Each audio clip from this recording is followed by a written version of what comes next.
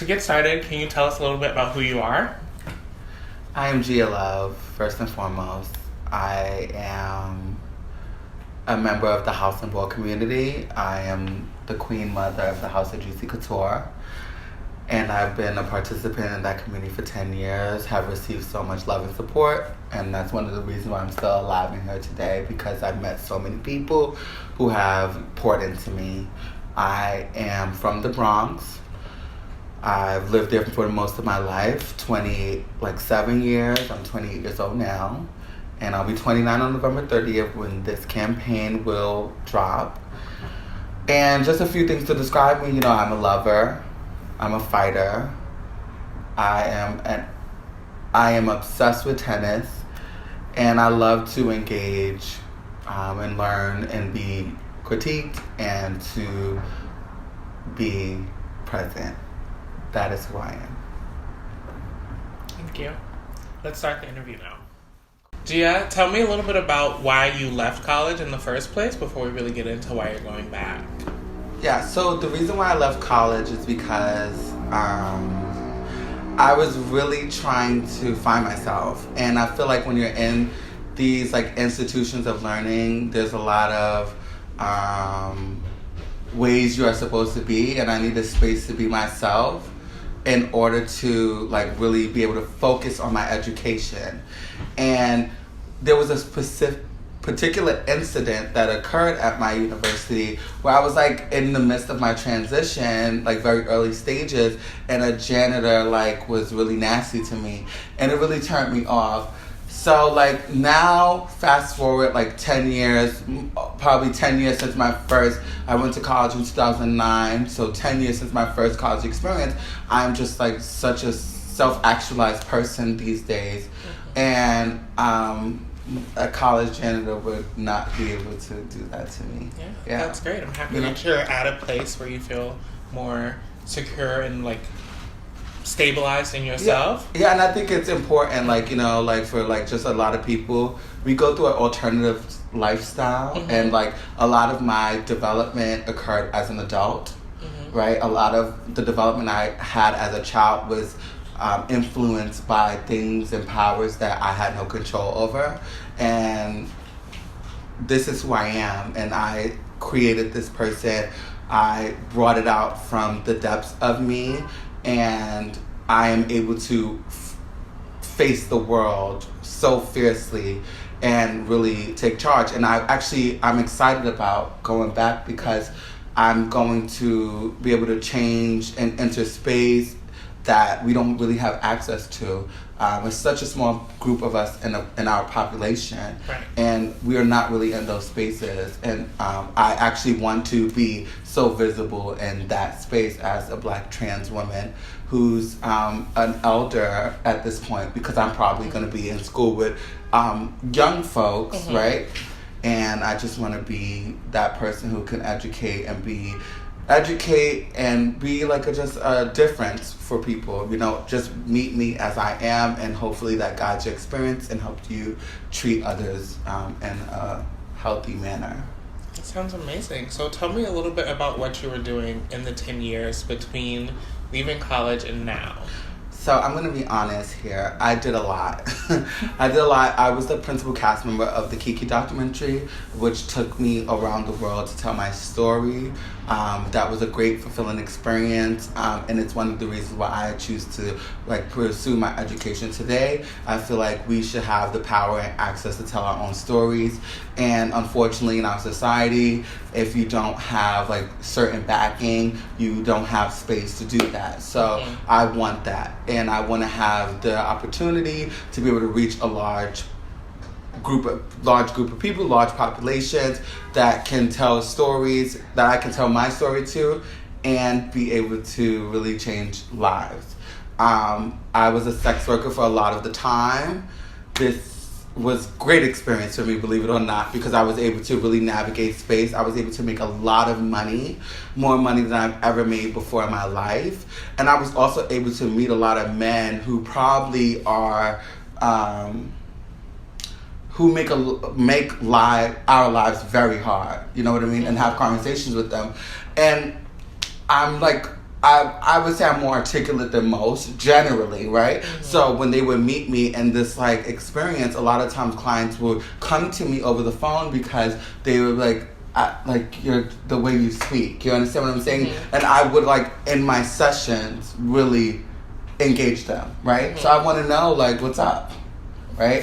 So that's basically a lot of what I did. I moved to Atlanta for a year. I stopped doing that.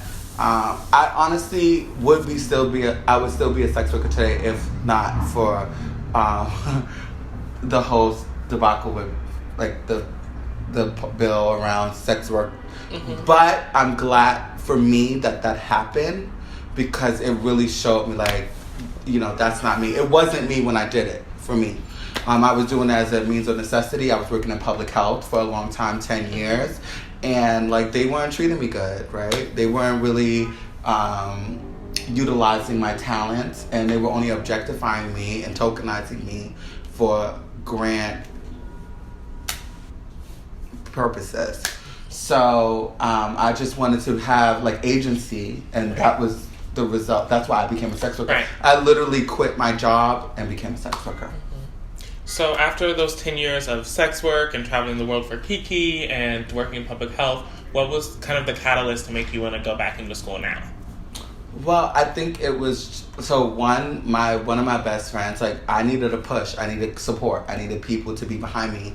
And this is something I've been talking about for a long time, like, and, you know, I meet a lot of people and I get access to a lot of spaces and they're like, oh, like, I have a PhD, I have this, and I don't have that, and I don't need it. I don't. But what I just want to be able to really contribute to the academic world, you know what I mean? And I feel like that's always been my purpose. And I feel like because I had to, like, reset my life at 21 years old, I wasn't able to do that. Some people are, but being a black trans woman in this world, I don't think you have time to really focus. I'm trying to survive. Like, I'm literally trying to get home safe. And I want to reset. I want to be able to expound on my abilities. I want to nurture the great talents that I have. And I think that academia and really pursuing my education will do so. Great. So what resources and opportunities do you think that you'll have access to once you've completed this degree that you don't have access to now? Well, I think that honestly I'll be able to move. I think that I moved to Atlanta and like it was really hard for me to like get employment because in New York City I'm one of the girls. Like everyone wants me, everyone knows what I can do. But when I moved to Atlanta, I had no credibility. And I don't like to use my name because I could have said Google me and you would have seen like who I am and what I've done. But you know, that's not the type of person I am. Unless like you're feeling it and I have to put you in check. But yeah, I just wasn't able to really like do the work that I wanted to do. And I don't want to be here all my life. I would like to be able to go to a place and not use my name and someone not know me. And I've done it before. But really just be like, you know, this girl is like amazing and she's very talented and she can change lives and I want her on my team in any space, any career path. Like I'm going to college to expand my possibilities, right? I don't know what I want to do particularly. I've done a lot, but I'm going to expand my possibilities in that process. Do you know what major you're interested in pursuing or what type of classes seem most exciting to you? So basically, I am like really big on communication and like broadcasting. My dream job is to be on The View, like specifically. If I ever have the opportunity, that would be amazing. So also I do have my passion in this world, which a lot of people don't know, is like tennis. So like even like journalism around that sport. Tennis is a passion of mine and I know tennis very well. And I'm just thinking about just communications, you know, and also public health and political science because I feel like my life experiences and where I've been and where I'm going align with those type of academic tracks. That sounds great. Do you have any experience working in communications? Yeah, I did an intern. Well, I was a major in communications for my undergraduate at my first undergraduate degree at my first university, and I like did like a really big internship at a really big PR firm in New York City.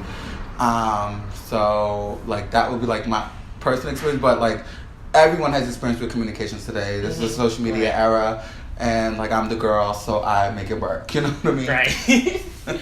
So it sounds like you're really prepared on your end. Yes. What can people do to help support you? So people can definitely, I think the reason why I wanted to do this is because I know what community support feels like. You know, I'm not only a giver of it, but I've always been a receiver of it. And in many ways, people didn't know they were affecting me. And I need support, like literally. Like my friend Byrell paid for my application, and I needed that because I don't want to let him down. You know what I mean? Right, yeah. So I was like, I have a deadline. And it's unfortunate that sometimes we need that type of support, but I needed that. Like, I needed him to pay for it so I could be like, you know what? I would be in class in January, because if I'm not, I wasted this man's money. And that's not the type of person I am. Right. And that's not what I'm asking for, but I need community support. There's a lot of expenses that go with college, you know what I mean? And, you know, that just come up. And, like, I just want to be ready when I go in day one, because, like, me being the best that I am is only going to be paid forward into, like, the community that we live in. And I'm doing it now, but my professional development is the professional development for us, because I do this for everyone. Absolutely. Wow, that was an amazing answer. Thank you, darling. Thank you so much for talking with me. Is there anything else you want to let people know about your experience? Where are you going, actually? So that's a great question. So basically, when I was in school, right, I always tried to go back, and I always found roadblocks. It was like, everything that affects, like, young trans people affected me. Like, I was marginally housed, so I was offered a job, and I could not go to school if I had a full-time job at that time. And so I had to stop. Then when I tried to go back again, being trans, like, really affected me being engaged in school, so I stopped. So, like, I was, like, academically dismissed from City College, and I need to go to a community college, which I'm so grateful for, like, just to bring me back into that space. And I think it's a great transition space because I have not been to school in so long. Absolutely. So I'm still choosing between the schools I'm going to go to, but I got into every school I applied to, which was, like, amazing, because I thought, like, I would need to apply for, like, second chance programs, but I had really good grades in my first institution. So, like, I didn't even have grades in my second institution, because every time I tried to go back, I was met with so much challenges. But I have so much life experience behind me today that, you know I'm ready, and I'm ready to invite you to my graduation. Absolutely. I have no doubt that you're ready, and I can't wait to be there. Front row. Well, I don't know if that would be possible, but I'll be sitting wherever I can see you. Right.